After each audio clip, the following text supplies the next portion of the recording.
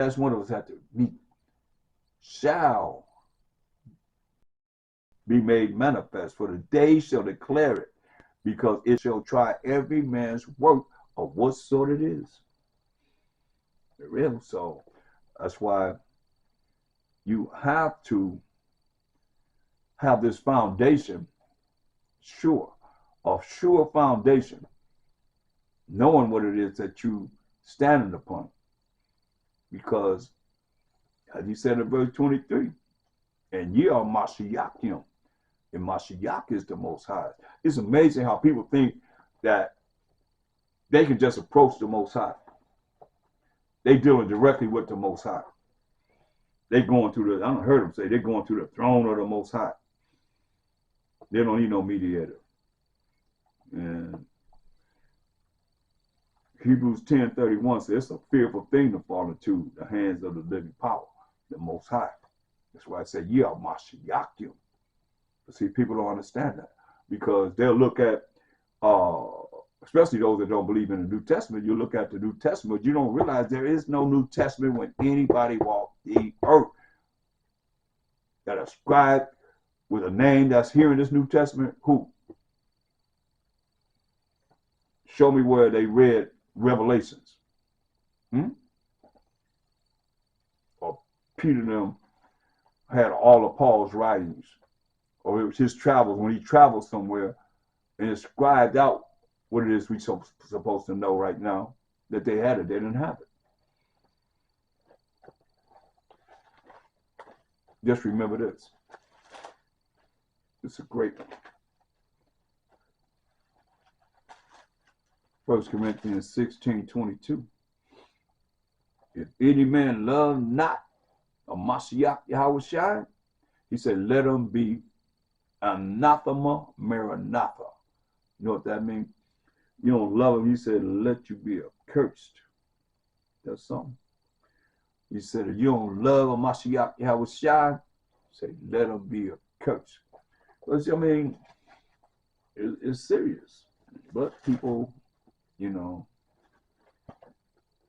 it's not for everybody. You got to have those same spirits that said, crucify him, let his blood be on us and on our children, which are their children, or those that said that.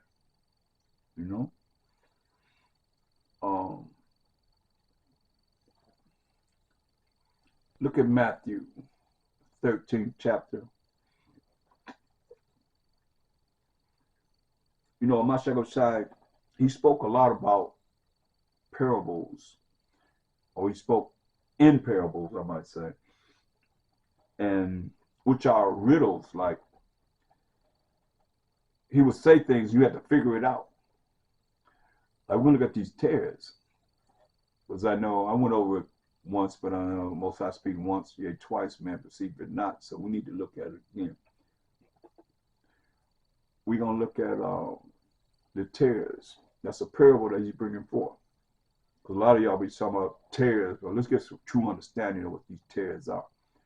Matthew 13:24. Another parable put he forth unto them, saying, the kingdom of the Most High, the kingdom of heaven, is likened unto a man which sowed good seed in his field. Right?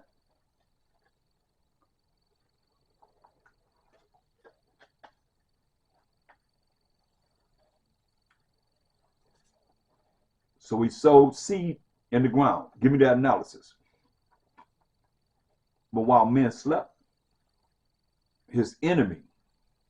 So I want you to pay attention to, because a lot of y'all have this little sweet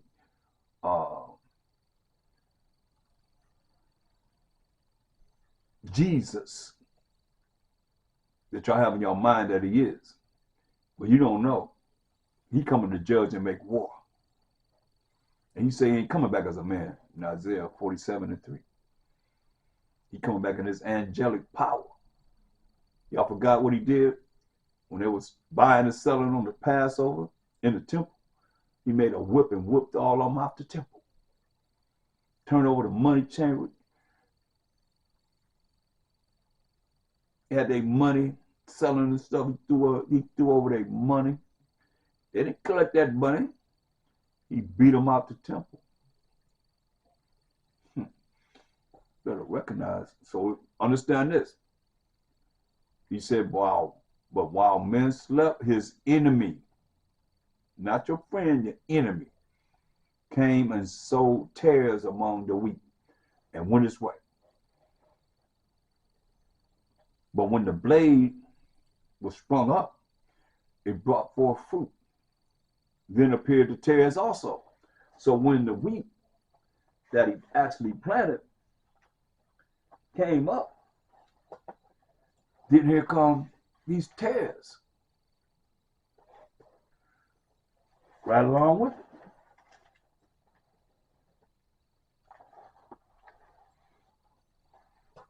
Right beside your wheat. Right?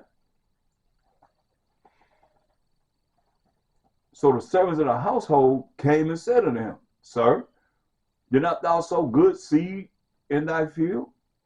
From whence then hath it tares? So they can tell a slight difference from the wheat and the tares, but if you look it up in the dictionary, you'll see they really close together. They really close together the way they look. But some you can tell that are tares. All of them you can't. You'll see. He said unto them, an enemy, for the second time. An enemy has done this. The servant said unto him, wilt thou then that we go and gather them up? It's a parable, a riddle.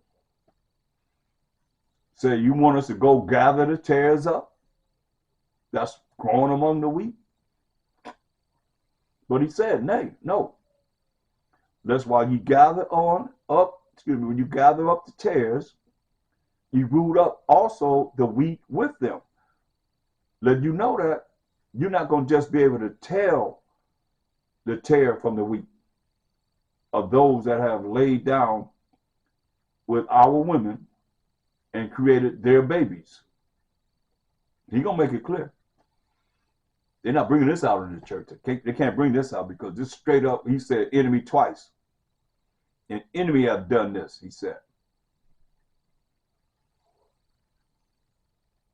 He said, let both grow together until the harvest. He said, let both grow together until the harvest. And in the time of harvest, I will say to the reapers, gather you together first the tares, and bind them in bundles to burn them, but gather the wheat into my barn. You see? So the tares going to be gathered together by the reapers and going to be burnt up.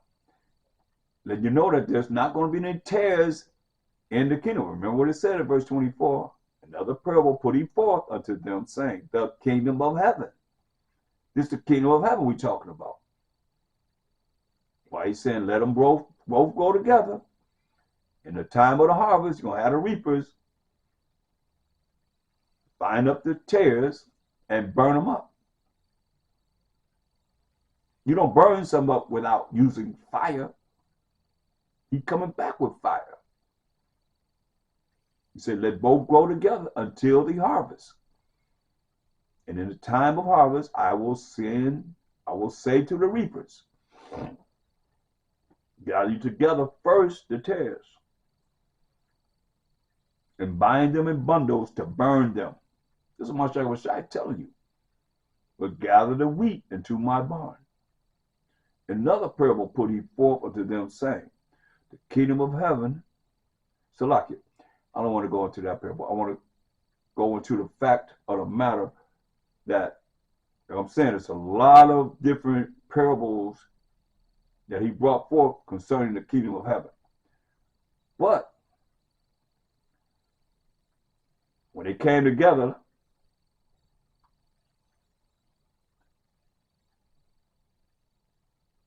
let's read verse 34.